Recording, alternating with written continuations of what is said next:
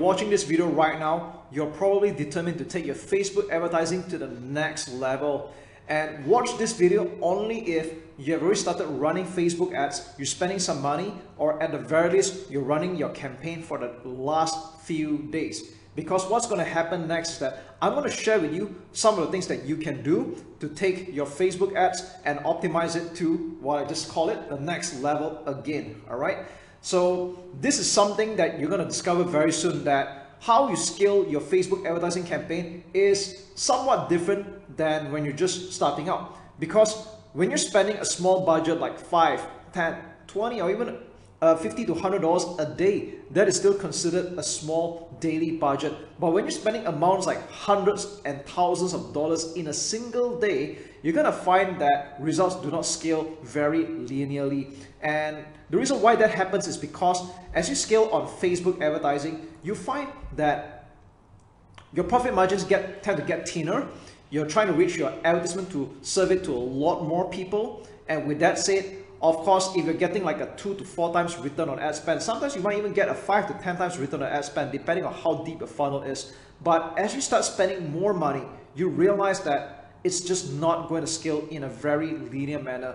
So what's going to happen in this video training is that I want to prepare you mentally on how to troubleshoot, how to optimize your advertisements and your targeting as you run Facebook ads. Okay. Now, first and foremost, let's talk about scaling. All right.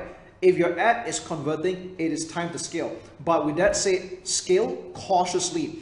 And I'm probably not the first marketer to tell you this. Let's say, for example, you're spending about $100 a day as an example, okay? And let's just say you're getting a 4 times return on ad spend. And that's fantastic, because if you're spending $100 and you're getting $400 in return, what is really stopping you from throwing like your life savings at making this work? But again, as I've cautioned you just now, it doesn't quite work that way. So when you're scaling your winning ad set, what you want to do is you want to do it gradually. So you want to increase your daily ad spend like by 20 to 30% of ad spend increase, and you don't do it any more than that. Okay, why is that the case? That's because if you're spending $100 a day, you probably want to just edit the budget and change it to like $120 or $130 a day. That's probably what you're going to do. Okay, and if you're thinking about, all right, but I'm actually ready to spend more money than that, I'm ready to spend, you know, like a few $100s in a single day. So what you want to do is that you can make a duplicate of that winning ad set and duplicate it like 3 or 4 times. So for example, if you have a $100 per day ad set that's doing very well and you intend to spend $300 a day, so instead of just editing that campaign or that ad set and change it to $300 a day, what you want to do is you want to duplicate that ad set 3 times, or sorry, another 2 more times, and at $100 each. Because what's happening here is that you'll find that Facebook will optimize the ads a lot better than if you try to chuck everything into a single ad set. Now, don't ask me, I'm not the one who made Facebook, okay, but we just find that this seems to work. And just be ready that as you scale, profit margin gets thinner. So don't plunk your money in drastically, okay? So when you're spending like $300 to $400 a day as an example, you're not gonna get a 4 times return most of the time. All right, you might end up with like 2 times return, or even like 1.5 times. And I'm just making this up, by the way. And you might do better than that, possibly because of your funnel. I just want to say that it's quite normal to get a high return on ad spend when you're spending very little. And as you scale, your advertisement gets served to more less targeted people. And of course, there's a human dynamics as well. Some people may not warm up to your advertisement initially. They might take some time to get used to it, or something may have changed, or they might make a buying decision afterwards. All right. So I just want to let you know that as you scale, it's not going to be linear. But what's more important is that as long as you are profitable, you're making more money than you spend, that's all that matters. Okay. Now, what happens if the advertisements that you're running is not performing, or your hunch is telling you that you could be doing better? Okay. So this is where I always say, always be testing. Always try different message angles, test different images, test different videos. Now, I know some people tend to get lazy when it comes to testing things out. They might get lucky on a beginner's luck. They put out 1 or 2 advertisements. It seems to hit a home run, and then they stop running or coming up with new advertisements after this. And to me, this is a really huge mistake and a wasted opportunity, because sometimes you might get lucky with a beginner's luck. Some people might resonate and jive with your message initially, but after a while there might be user fatigue. People might just get bored of the same message again and again and again. So this is where you want to come up with fresh messages that resonates with people. Try different images, try different videos, whether it's short, whether it's long. For example, if you're doing a make money or internet business niche, what are the pain points that people tend to resonate with? Are they fed up of their jobs? Are they sick and tired of stuck in a traditional business? Are they fed up with competitors? Are they struggling with rising costs? All right. So what I just named to you is just some of the different message angles that you could be attacking. All right. Let's talk about losing weight. All right. Some people don't just do it for the sake of losing weight. Some people do it for self-esteem reasons. Some people are doing it for sex. All right. And these are things that people really jive in, but of course don't use the word sex in your ad, by the way, right? And I'm talking about some sensitive markets. You want to be careful with your choice of words. This is something that I talk about in my other parts of my training videos. I just want to say that at the end of the day, there are different motivational triggers for different types of people, and it's your job to keep testing different advertisements, different messages that would resonate with the people, because you can be selling the same product, but you could be marketing to different types of people. All right. Number 3, okay, in your ad set, you will notice that a lot of people tend to use automatic placements where they let Facebook decide where to distribute their budget into various platforms such as Facebook, Instagram, Messenger, and Audience Network. But if I could just give you a little tip here, I would prefer that you skip Audience Network. And what is Audience Network? If you're not aware of what it is, it's basically the advertisements that got served up on newspaper or news websites like CNN, Fox News, and many more. These are like partner sites that have agreed to run ads on behalf of Facebook. Okay. Now, in my experience, I find that even though Facebook allocates a very small budget daily to Audience Network, it's just not that effective. The state of the people that are watching these advertisements from news sites are usually negative. So, and I also noticed on another thing is that spam bots tend to come in from Audience Network as well. So instead of spending like 10-20% of your daily budget into Audience Network as distributed by Facebook, it is better that you just uncheck or untick the Audience Network and allocate that into the rest like Facebook, Instagram, and Messenger. So this is just a slight optimization to help you get the better leads or better cost per result. And yes, so you're kind of wondering what native ads look like when you visit news websites like this. This is where they show your advertisements on. And if you notice, a lot of news websites tend to attract a lot of negative people, and rightfully so, because they always run negative advertisements. Imagine that your offer shows up on news websites where people are already like in a negative state of mind, okay? So don't want to do that. Now, tip number 4. Try out a long post. All right. So this might sound counterintuitive because a lot of people that try running Facebook ads for the first time, they might intuitively think that running a short-based ad is a lot better because of people's short attention span. We find that writing long posts actually helps get in more targeted audience, because why would that be the case? Number 1, let's talk about the Facebook algorithm or learning machine. The more you write into your post, of course, within reasonable limits, the more that you write, it actually helps tell Facebook, a learning machine, that look, this is the kind of audience that I want to hook in, all right? It helps you find a more targeted audience. And we also find that people that bother to read a long post are also more likely to be qualified and interested.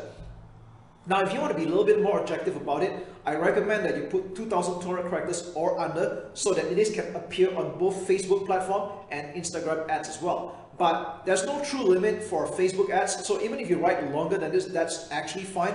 But the only drawback is that this will not appear on Instagram, okay? And for any detractors that think that, oh, people will not want to read a long post, and you might have heard of the famous 9-second attention goldfish attention span here. Now, I just want to say that people are not goldfishes, okay? Now, the truth of the matter is, yes, it's true that we are fighting for the most precious commodity right now, and that is attention span. but I want you to know that people are not goldfishes, because you can write a short advertisement, but if they're just not interested in it, you can put 2-3 lines or a short paragraph and they will still not click on it and take action. Now, on the other hand, if your advertisement jives, okay, and it resonates with the people that it's intended for, you can be writing a short or a long essay, people will still click on it, okay? Tip number 5. So while we're on the topic of long posts, you can also try long videos. Now, most advertisers, for starters, will try doing videos that are below 2 minutes, and there's absolutely nothing wrong with that. But again, falling back on my point earlier that you want to split test as many creatives as possible. You want to have one short video below 2 minutes, and you want to have one long video that offers more education, more awareness building in your video, and this will help you reel in more qualified leads. And how long should a video be? To be very frank, there's no true length to a video. There's some that can run for like 3 to 5 minutes, and I think that's a good length to look at. You can even run for 5 to 10 minutes, and I've seen videos that run for 2 to 3 hours. There are actually people that upload their entire webinar replay onto a Facebook ad video, okay? And if you're wondering, do people actually watch all the way? That's not true as well. But here's the thing. I've gotten results, I've gotten purchases, I've gotten leads that sign up, and when I look at it, they didn't watch the video all the way, but they did get the idea, alright? It's just like people that read the entire newspaper, they didn't read word for word, but they just browse through the headline and the sub-headlines, they read some parts here and there, they get the idea, and they decided that they want in. And if you review all your past buying purchases as well, I probably bet you don't actually read every single word that you did or watch the entire video that you've seen, okay? That hardly ever happens, and yet you make buying decisions. You make decisions to sign up for webinars, seminars, or opt-ins, free offers, and anything like that, okay? And number 6, avoid using you and your too often in your ad copy, because this is going to sound counterintuitive, especially to direct response marketers. They will struggle with this normally, okay? Old school direct response marketers normally struggle with this. But you have to understand that when it comes to social media, it's kind of like a networking, a social platform. That's exactly what it is, okay? So you don't want to be adopting a me-to-you communication. You have to treat it like you're in a party. So when you write, you want to be indirect or speak in a very third-party manner. So I'm going to give you some typical bad examples that people write very directly, like, are you fat? Okay, so you don't want to be starting off like that. Or are you facing this problem? You don't want to start off like that. Do you want to find a girlfriend? Clearly not, okay? And even attention real estate agents, to an extent, I do not encourage this way of doing this, because what you're doing is that you're already excluding people and alienating cold audience right off the bat, and this actually indirectly contributes to a bad Facebook ad score overall, okay? Can you imagine that on a more sensitive level, you put something along the lines like, are you a Christian, or attention Muslim people? This is obviously going to be kind of like sensitive altogether, so you want to avoid that kind of language. So even if your ideal audience are Christians or people of a certain religious beliefs or a certain niche of people, so what you want to do is you want to word it in an indirect way. Like, we have helped hundreds of people lose weight, or we have helped hundreds of people transform their body and regain their health since the year 2006. Here's how to increase attractiveness without riches or good looks. Or in the last 5 years, I have successfully bought and sold dozens of properties in LA, and here's how I've done it. Okay? So I think you get the idea. You want to basically rephrase everything from a me-to-you communication, first person, to third party. Okay? Tip number 7, use original quality photos. We find that in our experiment, we find that original photos tend to convert better than stock photos, but this doesn't mean that you don't try stock photos at all. Again, you want to split test as many creatives as possible, but of course, stock photos might do well, but original photos, in our experience, tend to do better as well. And you don't really need to work that hard to get original photos, okay? You can even use a DSLR, or even nowadays, any dual camera, like iPhone 6 Plus and above, would pretty much make the cut, or even Huawei P20, P30, okay? Now, I'm not going to put a full list of phone cameras here, because phones are something that evolve very quickly. It can get obsolete in the next 6 or 12 months for that matter. But I just want to say that any dual camera phones is pretty much good enough. Or you have DSLR, then more power to you. Okay? Tip number 6, use eye-catching thumbnails. So even if you're running video ads, you want to mask it with a thumbnail like this that you're seeing here right now. This is one of a very high-performing ad. And if you're not sure how to create thumbnails, you can pretty much just use Photoshop. Or if you don't know how to use Photoshop, you can just go to canva.com. You can open an account for free. And it's very intuitive that I don't even need to show you how to use it here. All right. You can basically use it as an absolute beginner. Get on canva.com. It's free to open and start creating images for your video thumbnail. All right. So if you look at all the high-performing advertisements that are video-based, they rarely ever use a default video picture or a screenshot from the video itself. They always mask it with a thumbnail that you can pretty much edit. But might I remind you, you don't want to put in too much text. You want to make it below 20% of the overall coverage, okay? And I find that 1200 x 628 pixels dimension or 16 by 9 wide is the best dimension, all right? And last but not least, as you start building your leads, when you start getting more customers and you hit at least 100 email addresses or 100 phone numbers, what you can do is you can start creating a look-alike audience. So to put it in short, a look-alike audience is a powerful feature by Facebook where you're basically uploading a list of names and you're telling Facebook that you want to find more customers very similar to the list that you have given, all right? And for this to work better, you need to put in a list of a minimum of 100 email addresses and or phone numbers, but email addresses will be more preferred, okay? And of course, the more you have, the better. So if you have like a few hundred or thousands for the matter, that's going to be even better. And you can tell Facebook, I want to find more customers like this. So the way it works is that Facebook works on a percentage basis between 1% to 10%, 1% being the closest percentile towards your choice of audience, 10% being the furthest, okay? Now this is explained in another video training where I show how this is done step by step, but what I want you to know is that as you start getting more leads, more customers, and you hit a minimum of 100 names, email addresses, and or phone numbers, you can start leveraging on lookalike audience, and this is where the fun begins. Now, I know that for some types of businesses, hitting 100 email addresses might seem like a little bit of work at the moment, and that's okay. Until then, you can always use detailed interest and broad targeting, which is getting better and better nowadays as well. All right. So there you have it. These are just some of the 9 methods that you can use to optimize your Facebook advertising and your scaling for that matter. And here's to your marketing success. Last but not least, be patient. Okay, you've got this.